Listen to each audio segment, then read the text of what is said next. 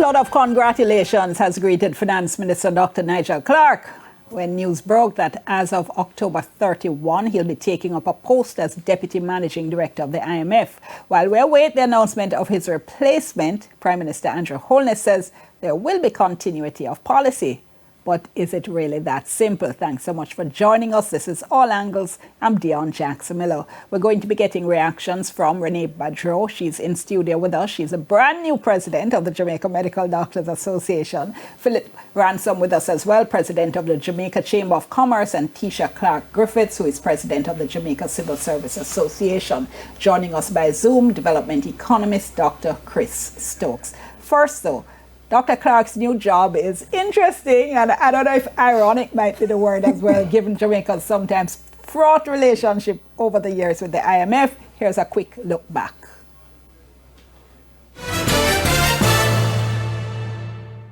Jamaica joined the IMF on February 21, 1963, less than a year after gaining political independence from Britain. As this IMF table shows, Jamaica has had a long history with the fund. It was the IMF agreements that started in the 1970s, though, entered into by former Prime Minister Michael Manley, and their austerity programs that helped create the extremely negative impression of the organization and spawned the joke that IMF meant is Manley's fault. A 2013 Gleaner article by our colleague, the late Gary Spalding, based on an interview with former Finance Minister Hugh Small, pointed to global economic conditions, including the oil crisis and stagflation, as contributing to the forces that pushed Manley to cut a deal with the IMF. That first IMF agreement forced the government to cut social and development programs, and the IMF programs into the 1980s and early 1990s continued to be very unpopular.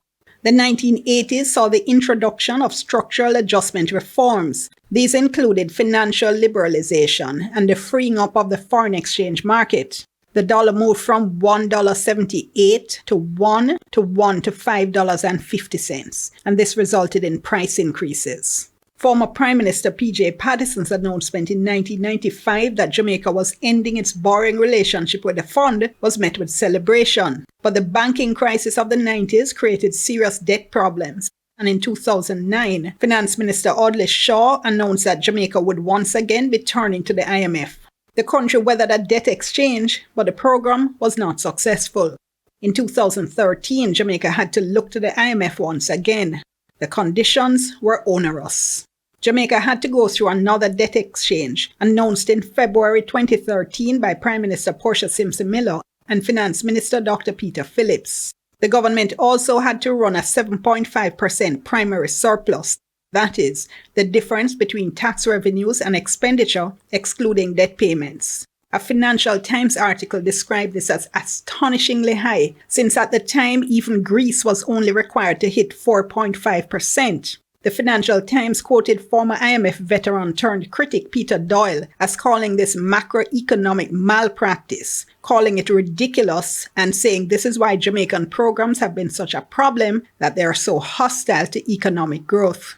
However, with bipartisan support and the oversight of the Economic Program Oversight Monitoring Committee (EPOC), Jamaica survived the program, with Finance Minister Dr. Nigel Clarke reporting in March that Jamaica was on track to see a 72% debt to GDP ratio, the lowest in 30 years. And Jamaica is now touted as an IMF success story. Kingston Night Market started on the 30th of October 2018. People come from different parts of the world. Some come to eat. Hello. This is Martin. This is the Akiad Selfish here. Some barbecue potato. Kalaloo quiche.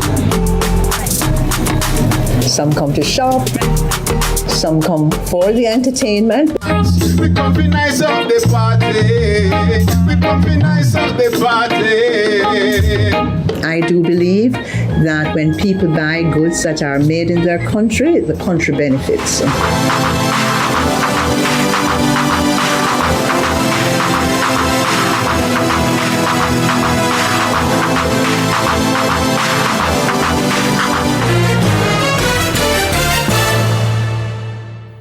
All right, trust me, Jamaica in the 1970s would not have believed if you had told them that we would be a poster child for IMF success. Thank you all so much for joining us. Let me start with Dr. Chris Stokes, who is joining us via Zoom to further contextualize that a little bit. Dr. Stokes, looking at a Jamaica now going Deputy Managing Director of IMF, given what we've seen over the past years. I said earlier, I'm not sure ironic is the right word for it. What would you use? Well, I'll have to think about that for a little bit. I don't know if it's sort of the fulfillment of some sort of prophecy, but as we remember very clearly is manly fall. Well, I do is manly fall and crawling peg inflation, and the exchange rate going from 5 to 1. It was a disaster. But there are some very real problems with the IMF. It was metropole centric. It imposed conditionalities that were quite unfair on the developing countries. And at one point, the case was made that it just didn't work. It has tried to, and one of its great sins against Jamaica, people don't talk about it, is the imposition of liberalization in the late 80s, going into the 90s, in a time when our central bank did not have the tools to properly manage risk in the financial sector. And that played no small part in the financial sector debacle of the 1990s. Somebody read a paper and said you need to liberalize, and you liberalized and you ran into a problem. Now, why do I say it's the fulfillment of prophecy?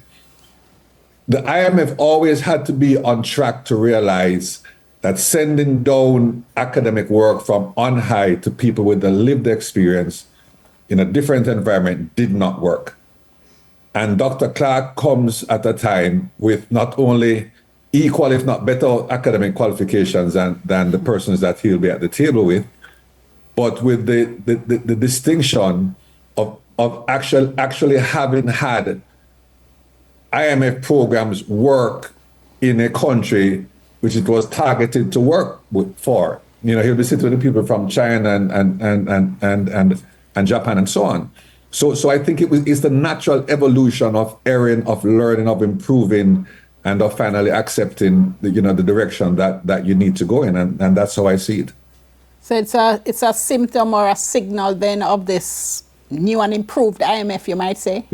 Yes, but one of the things when you keep doing things that don't work, you stop doing it. When you find yourself in a hole, quit digging.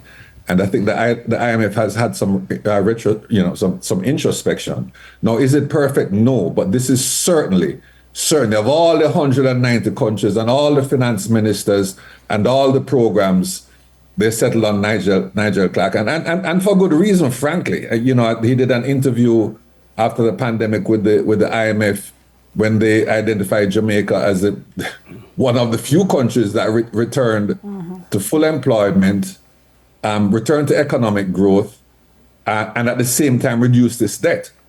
And he was a guest on an IMF podcast on the subject. So I believe you used the right phrase. They have had us as a poster child. No, Dr. Clarke plays into this because he's an expert on what the IMF wants, their strategies, their policies, their papers, the academic side of it, and they absolutely like and appreciate that. And he gives them a chance to say that what we are doing works. Now, what does that mean for us here in Jamaica? It's a little more complex than that, but it's a good thing for the IMF itself.